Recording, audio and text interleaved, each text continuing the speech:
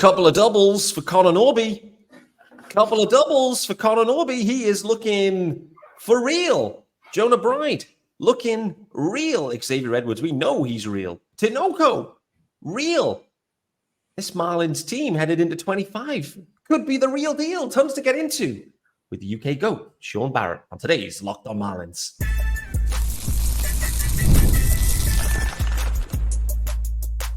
You are Locked On Marlins, your daily podcast on the Miami Marlins. Part of the Locked On Podcast Network, your team every day.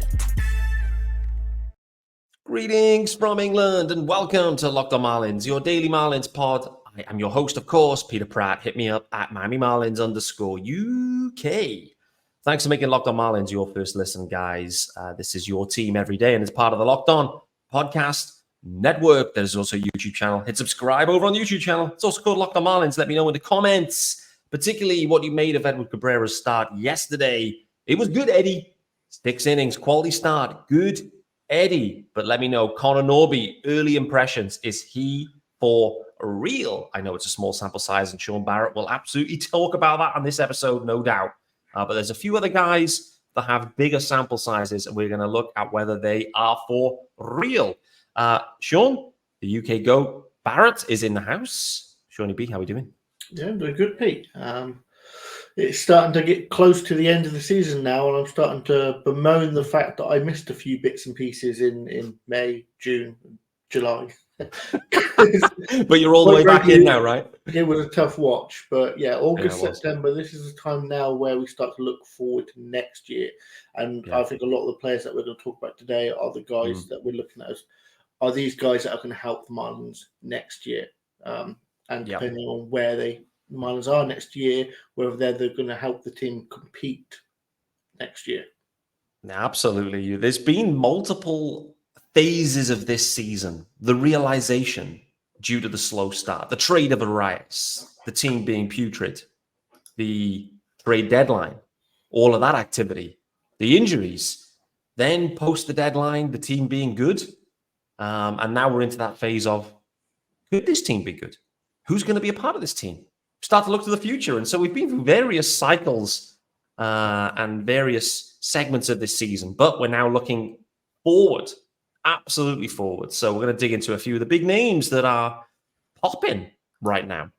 Before we do that, this episode is sponsored by our good friends over at PrizePicks. It's the easiest and most exciting way to play daily fantasy sports. Go to prizepicks.com/LockedOnMLB and use the code, and it's all lowercase, LockedOnMLB, for a first deposit match up to $100. Sean, let's start with the big name prospect. I've only seen, he's the only guy that Isaac Azut is talking about right now. Everything, like this Jazz, to me, this is Isaac Azut's Jazz. Connor Norby, we found him. He is waxing lyrical. He's tracking in. There's going to be a 40-40 tracker from Isaac Azut. I'm convinced of it real soon. But with all the prospect discussion, fringy as he may be, he's made one hell of an impression, I think, to get rolling. 2 doubles in yesterday's game. It wasn't the greatest offensive performance from the Marlins by the runs, but a couple of extra base hits and 2 of them from Connor Norby. So how encouraged should we be with this start from Connor Norby, in your opinion?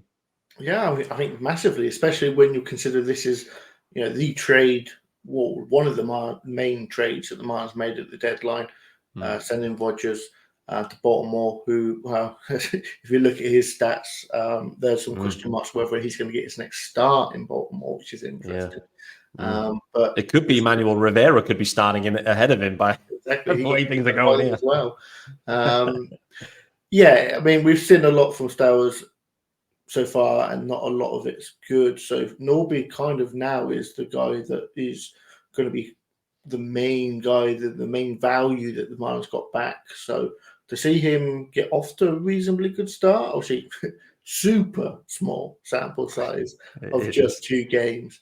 But I'd rather see him hit. And I think if he can have a good rest of August, September, we're talking 5 weeks of baseball, and show something at the major league level, because let's not forget that his numbers at Baltimore this year leave a little bit to be desired, and maybe, depending on who you ask, that might be why Baltimore was so not easy, but they certainly found it easier to trade both these guys because their expectations maybe were quite low. So to see Norby put up 5 good weeks, so far he's put up 1 of 2 good games. We need to see a bit more, obviously, don't we? We're dealing with small sample sizes, it's fair to say, but 2 doubles was extremely encouraging. One of them of former Marlins friend, AJ Puck, who was, we have to tip our caps to AJ Puck with the Diamondbacks. Obviously, the Marlins got him hot, after he returned from his injury and returned back to the bullpen, but the Marlins got him hot. He pumped up that trade value, and as part of that, he was moved, which was, we'll see how impactful that'll be for the Marlins long term.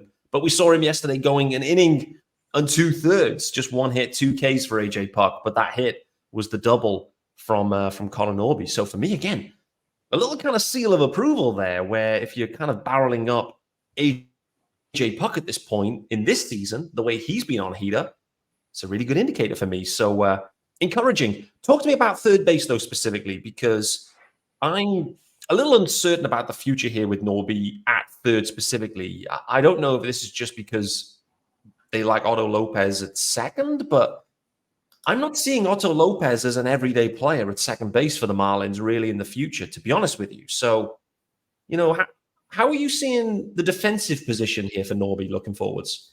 Yeah, I think it is. It's an interesting situation. I prefer Norby to feel a bit more comfortable, but not at third. But we've already got X playing relatively average shortstop. I think in an ideal world, he'd move over to second base. Yeah.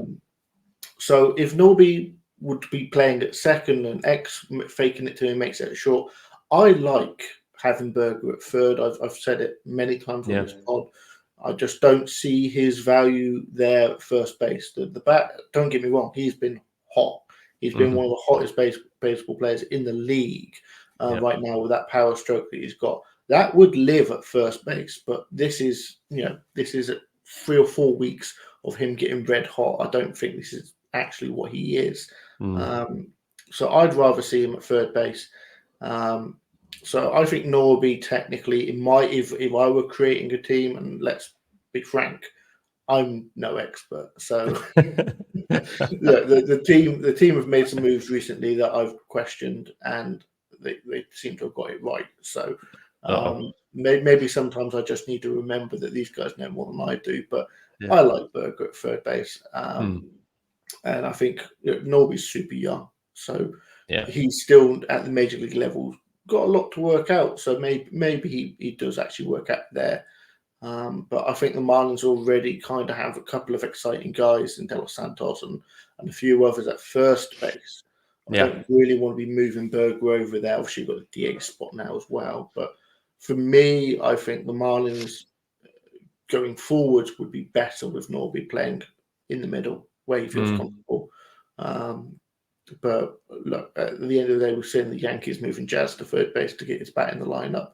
If this is what the Marlins need to do to get his bat in the lineup, and he keeps getting doubles and extra base hits, then he can play wherever he wants. I think that's what it's about. I think you've hit the nail there, Sean, to be honest with you. This is, you've got to play third because, that's the way to get you in this lineup. Okay, it's we're probably overselling the Marlins lineup here where you've got Xavier Edwards, Jonah Bride, and Jake Berger that look, average to above average hitters in, various capacities. The rest of it is interchangeable, in my opinion. And so, I don't think like it's quite the Yankees situation, but, I take your point. I think you're right on that. It's like, okay, let's move on from Rivera. We can get Norby up and he can play some third base. And it's about like seeing the stick develop. I'm very interested to see what the future holds defensively. And I really want to ask you as well, we haven't got time to do it in advance of the ad breaks and hit the ads. And then we're going to dig actually into Xavier Edwards. I think it's a good segue into that because, how good is Xavier Edwards? There's 2 parts of that question fundamentally. The first part is the stick. The second part is defensively. And I'd like to really get your sense about how you're seeing Xavier Edwards now with this body of work defensively. Like, is this sustainable? Is it legit? Is it something that could be a problem? So we'll talk about that after the first ad. And Before we do that, though, of course, let's let you know about our good friends. Firstly, over at eBay Motors. Yes, sir. And guys, passion, drive, and patience, the formula for winning championships, is also what keeps your ride or die alive.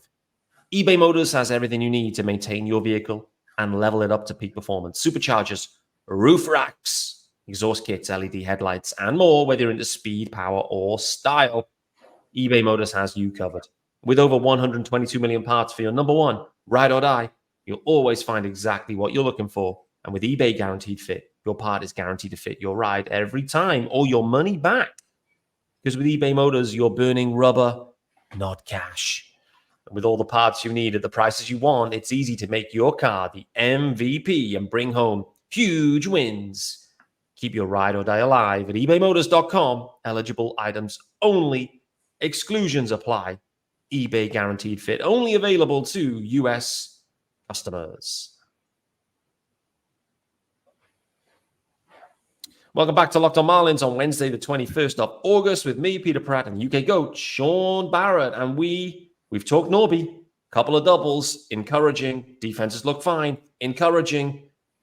Looks real. Small sample size. We'll see more. Let's talk about Xavier Edwards, though. And Sean, let's start with the offense, though. I know I kind of teased into the defense, but let's start offensively. Just give me a sense, in your opinion, of just how good Xavier Edwards has been. I know hasn't got the plate appearances to be like a qualified hitter or anything generally, but, you know, in terms of his time up at the big leagues, you know, effectively since Arias has moved on, et cetera, just how good has Xavier Edwards been, in your opinion? You know how I love dismissing people with a low sample size. I do.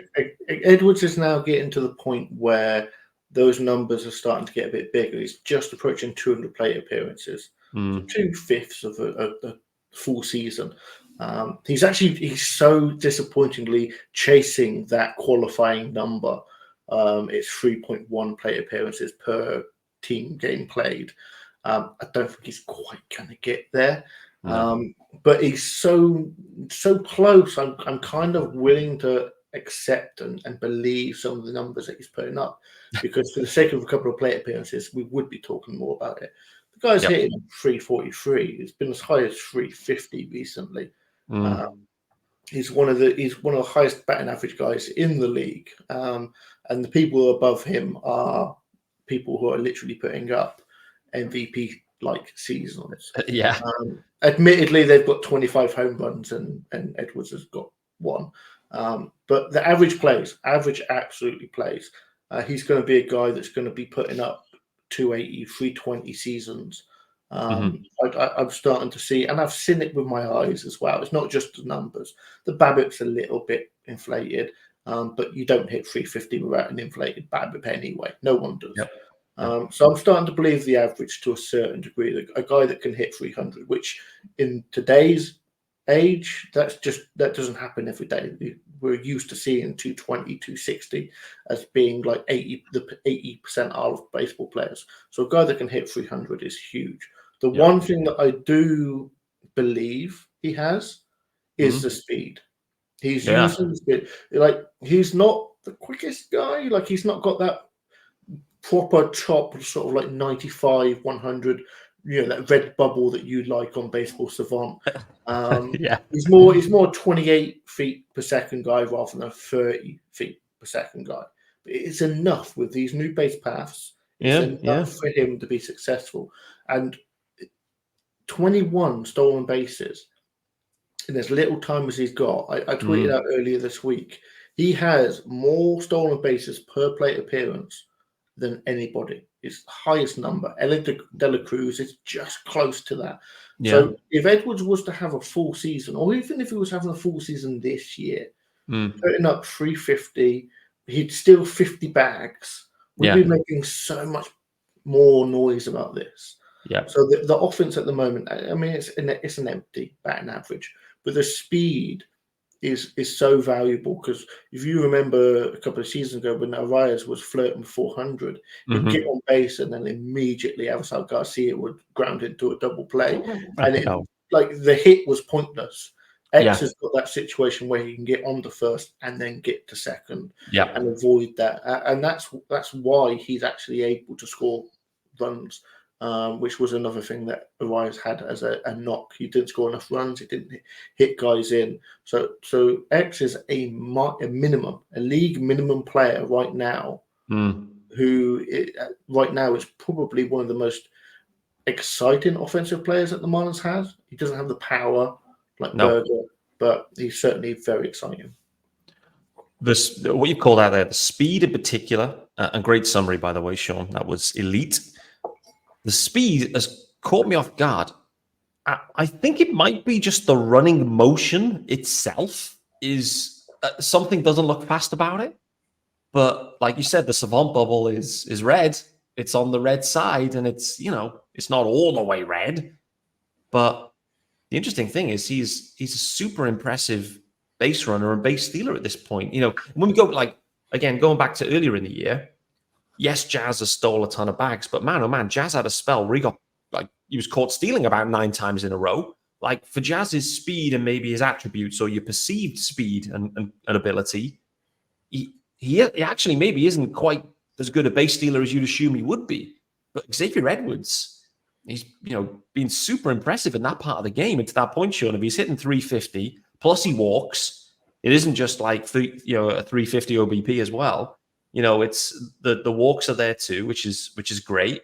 So you're getting that, and then you're stealing most times. He's effectively having a minimum double a game. It's a manufactured double, but really helps to set the table right for the Marlins in the future. And this is the role that Xavier Edwards is going to play, where leadoff guy hitting 350, he's walking.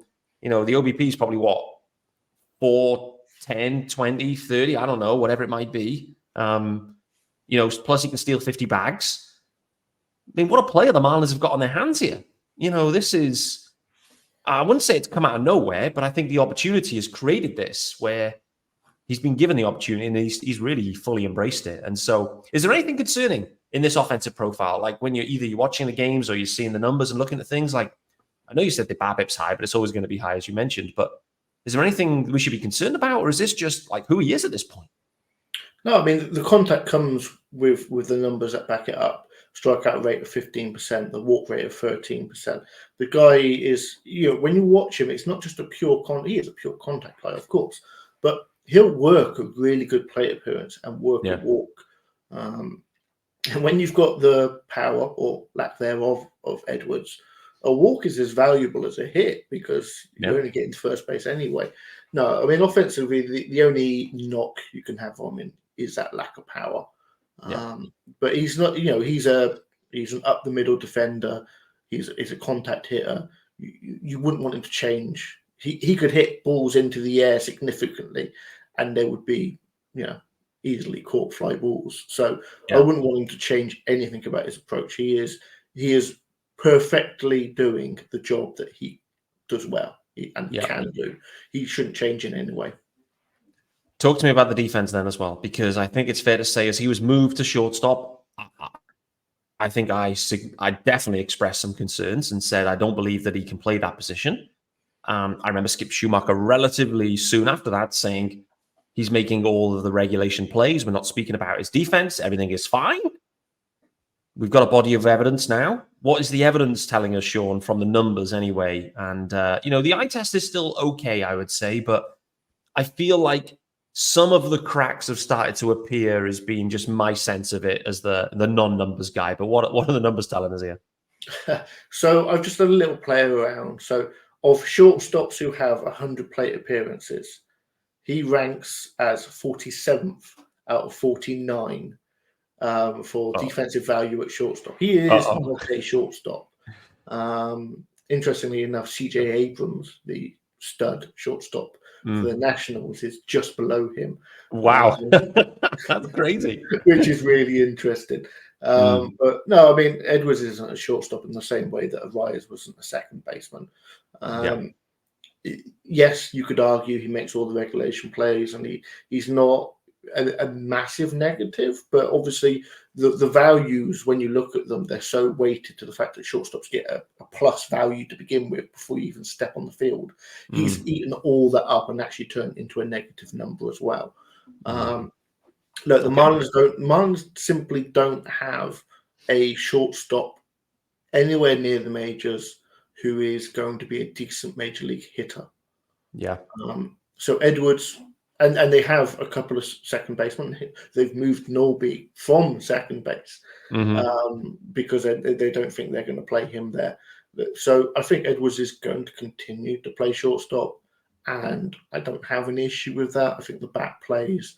I think the defense, while not of any decent value, he's not a black hole up there that just basically, the balls get lost. He does a decent enough job, like John Bertie. When John Bertie was playing shortstop and third and left field, or wherever they chucked him, wherever they put him, he would do a representative job, and that's what Edwards' job is, to be shortstop. Because he has to be. Yeah, shortstop because he stood there. I guess basically. I saw a really interesting interview yesterday on Twitter, actually. John Boy was talking with Boone, and they were talking about Anthony Volpe. And there's been a lot of discourse around Volpe, who offensively just hasn't taken the step forward that many were projecting for him as a prospect. And that's the discussion. But Boone then kind of pipes up and says, "Listen, I think he described him as the best shortstop in the league. I think he slightly overinflated that, but we get the point, right? What he's saying is, listen, he's the best shortstop in the game. Let's maybe say it's top 5. And if he's hitting 720, like OPS in 720, that's a super valuable dude. He's like, it's a 3-WAR guy, a 4-WAR guy, whatever the numbers is. So, it's just interesting that now the Marlins have got this conundrum in some ways where we've had Miguel Rojas for years, super impressive defensive shortstop and delivers so much value there, but the empty stick.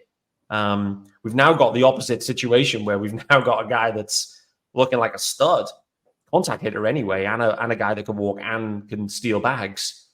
But the defense is, subpar versus his peers anyway, I guess, at the position. So, it's an interesting one. The only other thought I had in this topic area was whether, like, Jared Cerner can be progressed to a point and he can play shortstop, maybe. But I think he's more of a second baseman as well. So again, it feels like we're back to the situation a few years ago where Kim Ang just assembled 58 fringy shortstops and none of them panned out, which I think is very interesting. But, I thought that was interesting from Boone anyway, just talking about, like, just, again, kind of emphasizing the defensive value of these guys and, how much value they bring, even if the stick isn't amazing. Edwards is kind of the different situation. Let's look ahead at 25, opening day. We don't know what's going to happen in the offseason. There's moves to be made, free agents to be signed. There probably isn't, but you know what I'm saying? Xavier Edwards, opening day, he'll be leading off. What defensive position will he be taking on opening day of 25, in your opinion? I think it's got to be shortstop. I think you're right that Cerner is an option, but I'd be surprised if he was the opening day shortstop for the Marlins next year. I'd be surprised, kind of, if he was on the opening day roster.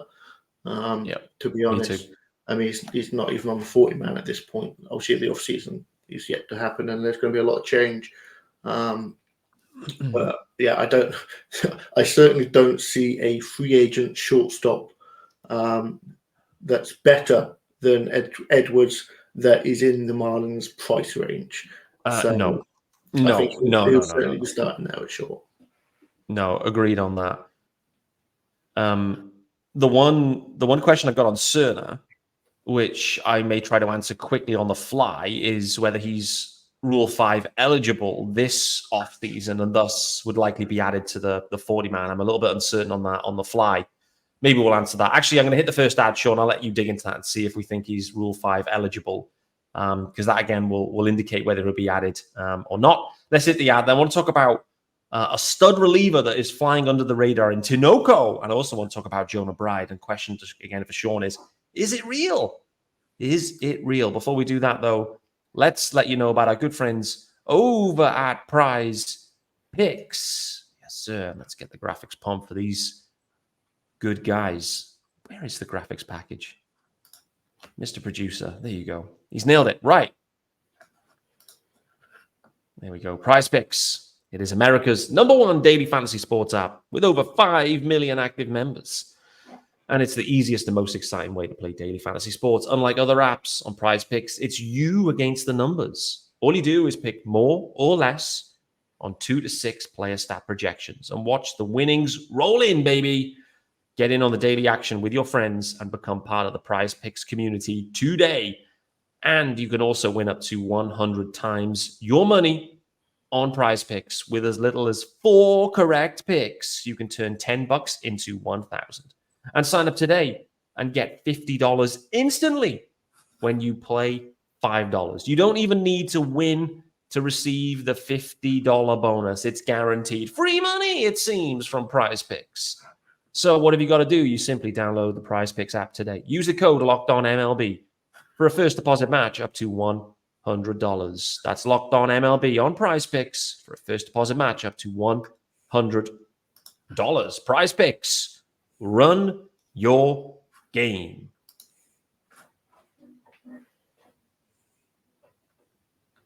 Welcome back to Locked On Marlins with me, Peter Pratt, and UK GOAT, Sean Barrett. We are running long on this episode, so I'm going to put it out there. It's probably going to run over the 30 minutes. Might be a 35-minute special. Surprise, surprise. Sean, we've talked Xavier Edwards. We know he's good. We've talked Connor Norby. We think he could be good. Talk to me about Jonah Bride, another offensive standout from, as a byproduct of the moves. Jonah Bride is effectively there as an everyday player hitting in the 3 spot, the 4 spot. He's, top of the order dude.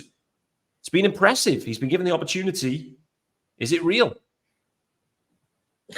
Yeah, I think opportunity is a perfect example. We spoke all year about these guys that we're bringing in, Tim Anderson and a few others, but they're getting an opportunity. Bryce and I got an opportunity, and he spoke.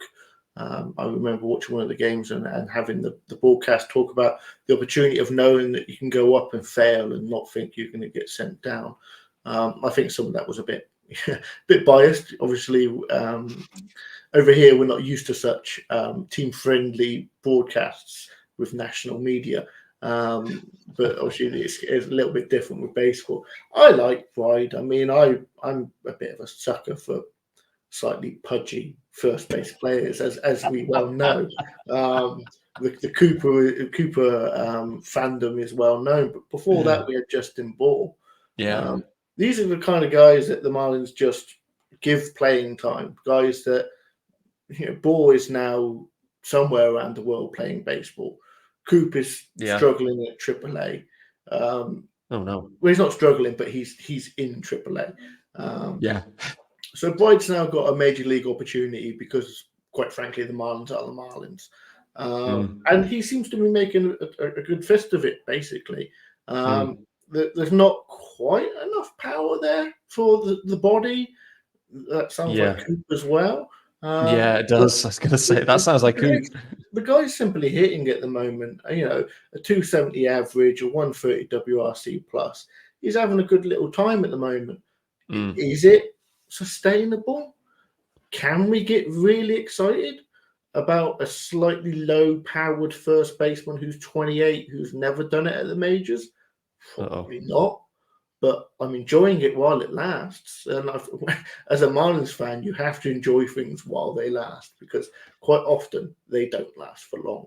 Whether that's the performance falls off or the player simply isn't here anymore. So, I've quite enjoyed Bride. I'm not quite putting him up to the echelon of my Coop fandom, but the glasses help as well. That slightly little nerdy look, that non-Major League Baseball playing look. I don't know what it is that makes me fans of these types of players, but hell if I'm not. What a stunning segment on Locked On Marlins there. We've got a slightly pudgy, I think the description was, which is an excellent description. A slightly powerless or underpowered, podgy dude with nerdy looks with specs on. Boy, oh boy, Jonah Bride, I hope you're enjoying this episode, good sir, and we'd love to speak soon. I must say, when I watch Jonah Bride, it's just, I think maybe it's the glasses. There's something going on when I'm watching him, like in the box.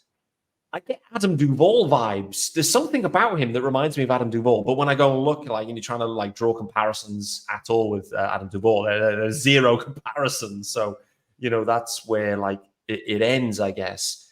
Jonah Bride's Savant page is pretty funny, actually, because it basically emphasizes the point that you're calling out, Sean, that really there's such a lack of power, a lack of hard hit percentage, a lack of barrel percentage, a lack of exit velo, like everything that you're looking for in these power hitters for the positions. Bride's the opposite to that. His profile looks almost akin to Xavier Edwards, to be honest, apart from the contact. So, he's having a fun time. But the question I think is with Bride, and I think that probably collectively we're answering this, is, is he going to have a role next year in a Marlins team that, if they do intend to try to, hover around 500, is Bride going to have a role? And I think part of that will be answered by what they do with De Los Santos, what they do with Augustin Ramirez. Like, it depends in some of what they do with the prospects. But I'm looking at Bride and thinking we should enjoy this, but I'm slightly skeptical whether there'll be a role for him in 25. The profile doesn't quite look right, in my opinion, albeit the numbers at the high level, and you're looking, you've got an OPS of 826. Looks interesting, but I'm not convinced this is for real. What about you? I mean, the numbers aren't that far away from being believed. I think at a certain point, you've got to say the power is small sample size. Look, he's got 1 year, one more option year. Okay, so well, there you go. It's not a case of that if he's not at the major league level, he's gone. So I think he will be in the organization. I think he'll be given some opportunities to maybe push Troy Johnston further down the depth chart because that guy just can't catch a break at the moment. He can't, no. But I think there's enough there that he can be a guy that comes up and helps at the major league level. If the team are going to be in the push year next year, we've not had that confirmed. We're hearing rumors here that, Sandy's going to go into the season. I expect that even in a lost year. So I think the Marlins at the moment are kind of sort of 50-50ing next year as far as how they're going to compete, or if they're going to compete, which sounds similar kind of to this year, which kind of makes me feel a little bit negative. But look, the Marlins at the moment could push next year, and I think that's all we can really put our hopes on. Yeah. I think there's some interesting roster decisions to be made, because I've answered the question I asked myself, so that's good. In that Jared Cerner is Rule 5 eligible, so he will be added to the 40-man. Will have to be, and for sure will be. I think another big name that I've just spotted that is also eligible, that also will be added, I believe, no questions asked, will be Javier Sanoja. And so Sanoja's got to be added. Cerner's got to be added. The question then is, I think, looks like Will Banfield is a question there. I mean, they've already made the decision around Troy Johnston and Griffin Conine last year, so they didn't protect those guys.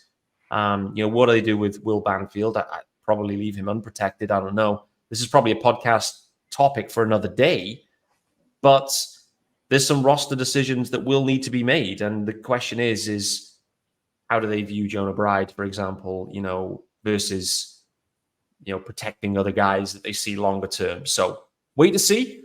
Let's finish up on Tinoco, mate, because this guy has caught me off guard with just how good he's been, because the Marlins bullpen has definitely taken, obviously, a step back for obvious reasons since the deadline. They moved a ton of dudes, but other guys have come in. There's been so much of a cycle of dudes and arms. It's actually been really hard to keep up with, to be honest with you. But Tinoco's kind of snuck under the radar and is having one hell of a run at the moment with the Marlins. And the other thing, too, is let's not forget that Tinoco was with the Marlins in the 2020 season. The old famous COVID year. Tinoco actually appeared in 3 games for the Marlins. So he's back.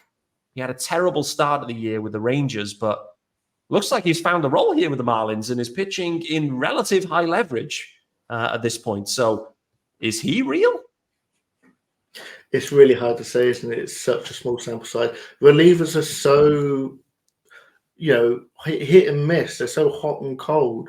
At the moment, he's pitching well for the Marlins, and the numbers are backed up reasonably well with the peripheral numbers. They're reasonably well backed up with the old red bubbles that you like. One of my favorite things about Baseball Savant is when they tell you that the player isn't qualified yet. So they kind of don't fully don't fully color in the bars. And I think that tells you all you need to know about Tanoka is that this is a guy that, he's been around the fringes, quite literally the fringes of Major League Baseball for the best part of his career. So has something changed? Has something materialized? I mean, I must say Bender's name more often than any other player who currently, isn't really that much of a well-known player, but they can come out of nowhere. And Tanoka's not come out of nowhere, obviously, but in the grand scheme of things, he really has. But at the moment, he's a guy he's not getting hit hard, which is always nice because when the Marlins tend to throw out guys out there, they're meatball specialists. Tanoka is kind of like the opposite of that. So, he throws fast. He's got a little bit of control, and he doesn't get hit hard. The sinker helps. The ground ball rate's quite high as well. But because of his pitch makeup, you expect that to continue. So, is he for real? I don't know. But I'm looking forward to seeing if he can keep this up. But relievers are so sketchy that from one year to the next, it can completely change. They are, quite frankly, weirdos. So you never know what guy you're going to get on a given day, let alone a given season. But so far, is it 9-10 appearances for the Marlins this year?